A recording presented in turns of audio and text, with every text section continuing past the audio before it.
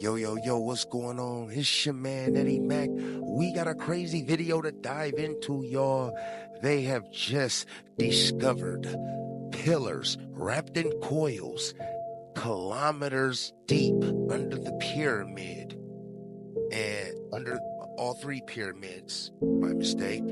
And we're about to react to a lady comparing what they found under the pyramids to what was written by Thoth in the Emerald Tablets.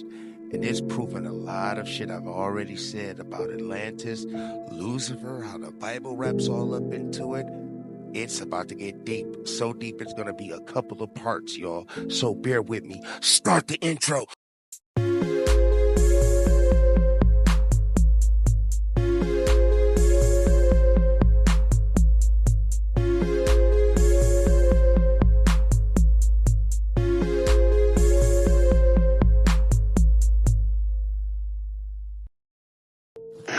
So all of this talk about the pyramids, and I know that I mentioned about the possibility of it being what Edgar Casey was talking about. He said that at some point we were going to find a chamber that would contain the Akashic records or would contain information from a more advanced civilization. But have you heard about the halls of Amenti? So I found this article on it, and I want to read it to you guys because I thought it was really interesting. And it says, far in the past time, lost in space time, the children of light looked down on the world, seeing the children of man in their bondage, bound by the force that came from beyond. They knew that only by freedom from bondage could man ever rise from earth to sun. Down they descended and created bodies. Taking the semblance of man as their own, the masters of everything said after their forming, we are they who were formed from space dust, partaking of life from the infinite all, living in the world as children of men, like and yet unlike the children of men. Okay, so we just heard a little bit about what she said, and I wanted to stop it right there to kind of recap it and give it to you in layman's terms. So we're going to start off with the beginning, definitely. And the beginning begins with the Most High, for sure and always. So I've done you all the liberty of extracting the most important questions from what she said so far and answer them with a straight-on answer. What are the coil-wrapped pillars below the pyramids? Answer: they are tools to extract energy naturally from the earth that also connects to the pyramids to further the process of growing bodies and the switching of consciousness by the lowercase g gods that walk the earth. The reason for the big basalt coffins that were found in the bottom of the pyramids that they told you were for the pharaoh's bulls. Hey everybody, this is Jimmy with Bright Insight. Get ready to be blown away, guys, because today I'm going to discuss with you the 100-ton stone boxes found within the Serapeum at Saqqara, Egypt. Now, these are completely unexplainable. Even the Minister of Antiquity for Egypt has stated on MSNBC and CNN that they, quote, do not know how these were made or how they got there. Now, they are underground and they're found within a tunnel system of 33 nooks. And within these nooks, there are 27 boxes. And each weighs approximately 100 tons, 70 tons for the box and 30 tons for the solid lid. And they are made out of either granite or basalt. They were not. Number two's question. Who is Thoth, aka Tahuti? The answer? He is a being created by Shaitan in Atlantis to worship him as we were created to worship the Most High. He learned and studied under the high priest in Atlantis and also became one. And just like we go to school and shit now, that's what they were doing also. Shaitan ended up deceiving Nikeba, starting the war in the heavens, Tahuti was one of the creatures that survived. With the knowledge that it knew from studying and becoming a high priest, it went east, started Kemet, made the pyramids in order to be able to grow another body, because it knew every 100 years it needed to revamp, and also switch its consciousness over to a new body that it was growing down there in those basalt coffins. Question number 3. What is the Halls of Amenti? The answer: half spaces of dimensions. And I'm going to explain this to you as easy as in shoe sizes. Like, this is the 3rd dimension. If you were a size 9, there would be a 9.5 before you get to a 10. There would be a 3.5 world before you get to the 4th dimension. And these half dimensions, or spaces in between the time continuum, were created by the Elohim of the 200, the smartest of them, who came down here and manifested in flesh bodies to be worshipped as gods. They did this to run and hide from the other Arch Elohim that were sent down here to round them up before the flood. And so they hid in those half spaces of dimensions, time continuums, and there they dwell. Now, Thoth ruled for 16,000 years, and he said that he had control over his reincarnation. And it is believed that the halls of Amenti that are deep inside the earth, that are believed that are from the remnants of, sunken Atlantis, that there was a way to transfer your soul, your consciousness, who you are, to another body, to another avatar. Now, he's saying that they came down and created bodies.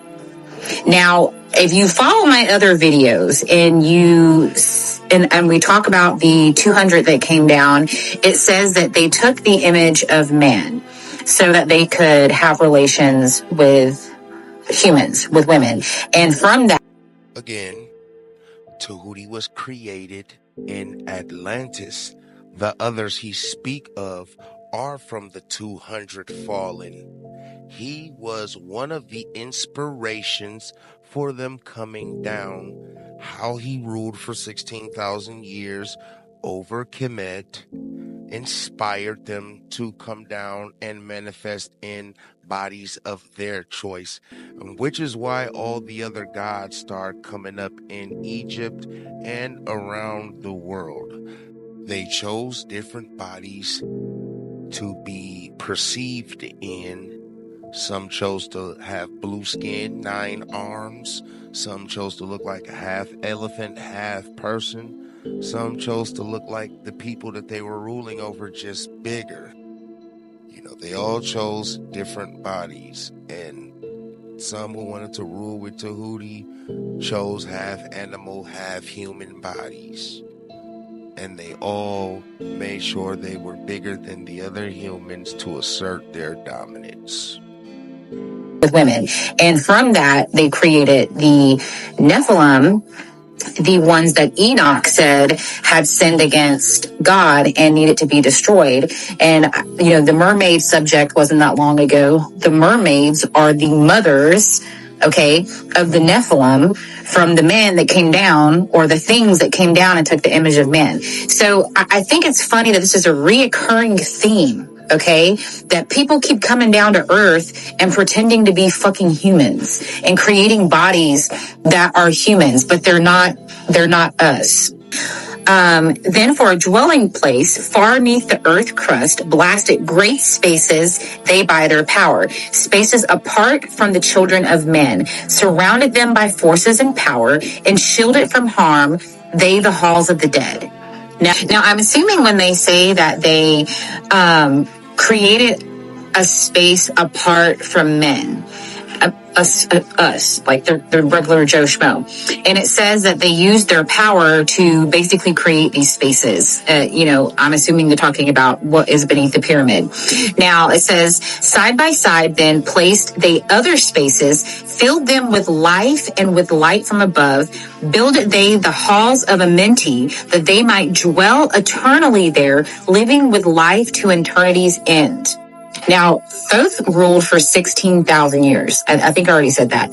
But that's a really long time. And when we look at the Colburn Bible, and he's talking about all of the kings that ruled and the Sumerian kings list, and you look at the dates on that, one of two things is happening here. Either our math is wrong and we're interpreting what they're saying wrong, because they're saying that these people lived for thousands of years. And we know the average lifespan of a human being is 80 to 100 if you're lucky. So, it is apparent that they were not us. They were not like us. They had knowledge that we did not have. And they also weren't willing to share it with us, because it says that they created a space that was separate from us, that we wouldn't have access to. And guys, it's 2025 and we're just now figuring out what the fuck is underneath the pyramids. So they've done a pretty good job hiding it from us. And then you have to wonder, why would they hide it from us? And I think we all know.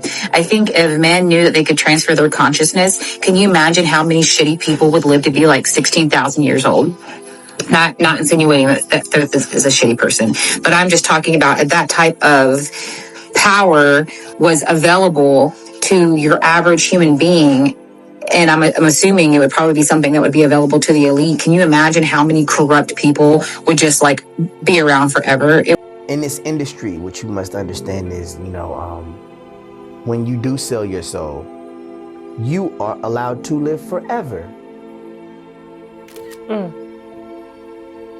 And these people that are called youngins, rookies, new booties, like I was, had no idea that these people still live. They will prey, haunt, kidnap, anything to stay on top. This is their world. They have nothing but time, is what they believe. Now, who are we talking about? We're talking about everyone that's supposed to be dead. There is in the industry. In the industry. God, I can't even imagine. So going on, it says 32 were there of the children, sons of light, who had come among men, seeking to free them from bondage of darkness, those who were bound by the forces from beyond. It says, deep in the halls of life grew a flower, flaming, expanding, driving backward the night. Placed in the center, a ray of great potence, life-giving, light-giving, filling with power all who came near it. Placed they around it thrones, 32 places for each of the children of light, placed so that they were bathed in the radiance, filled with the life from the eternal light. That's crazy. It's kind of exciting too. It says, because this is the first time I'm reading this too, I just want you guys to know I'm not an expert on this. I am just now starting to research this stuff, and I find it fascinating, so I hope you do too. It says, their time after time placed they their first created bodies, okay? Their first created bodies, so that they might be filled with the spirit of life. 100 years out of each 1,000 must the life-giving light flame forth on their bodies, quickening, awakening the spirit of life. Now, I'm assuming what they're saying is every 100 years, they got to get a revamp, right? Like a soul facelift. It's been 100 years. This thing's getting pretty fucking riggedy. It's time to go down to the halls of Mende and get a tune-up. Or in this case, get a whole new fucking body. Now, this tablet talks about the Infinite Nine. It says, custodians and watchers of the force of man's bondage, ready to loose when the light has been reached. First and most mighty sits the veiled presence, Lord of Lords, the Infinite Nine, over the other from which the Lord of the cycles. 3, 4, 5, 6, 7, 8, each with his mission, each with his powers, guiding, directing the destiny of man. There they sit, mighty and potent, free from all space and time. It says, not of this world are they, yet they are akin to it. Elder brothers of the children of men, judging and weighing, they with their wisdom, watching the progress of light among men. It says, there before them was I led by the dweller and watched him blend with the one from above. Then he came forth, a voice saying, great art thou, Thoth, among children of men, free henceforth of the halls of Amenti, master of life among children of men. Taste not of death except as thou willit.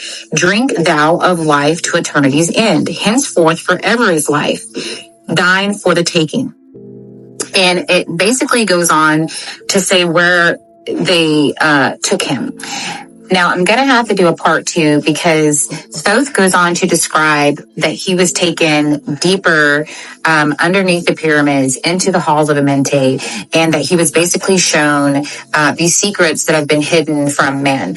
I only have like 40 seconds left on this video, so I am going to do a part 2 on the halls of Amenti, but I just want to put this out there.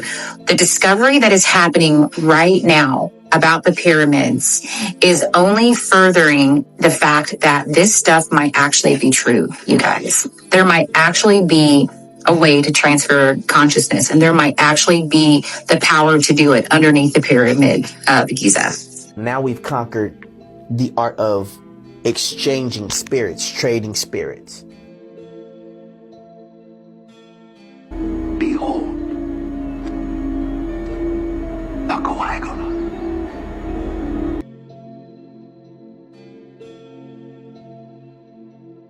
Question number 4. Who are the so-called planets that dwell in high places? They said it was 7 of them, circling around the bright one that gives off life, the sun. The other planets are Shaitan and the high priest that first decided to disobey the Most High and go along with Shaitan and not bow to us. They are locked away in the darkness. Their real celestial bodies are locked away in the darkness until judgment. And right now, for so long, they only had the power of influence. They couldn't necessarily manifest in the flesh anymore like they once did when they created Atlantis and when he deceived Nekeba, aka Eve. So after the war, they were banned out there. Okay. I'll reveal later on where Shaitan is now, but those are the principalities and powers in high places that Paul speaks of in the epistles. All right, guys, and that will tie up the first part of this series, the series that will tie in how Atlantis became, how Lucifer created Atlantis with the other Elohim that fell with him, how they were banished to this physical realm, why being banished to this physical realm is a punishment, why Atlantis was destroyed, and why their celestial bodies were locked away where they are now. It will also tie into the story of Abraham and why we have Yeshua, the only begotten, the Word sent in flesh, and who the Word is, and why it was sent to be or live in the flesh. Alright? Like I said, regardless of what you want to believe, all the people you look up to in the Kemetic world, in the conscious world, and in the Christianity world, or in any other aspect of religion, all have to turn back to the Bible. Point blank, period.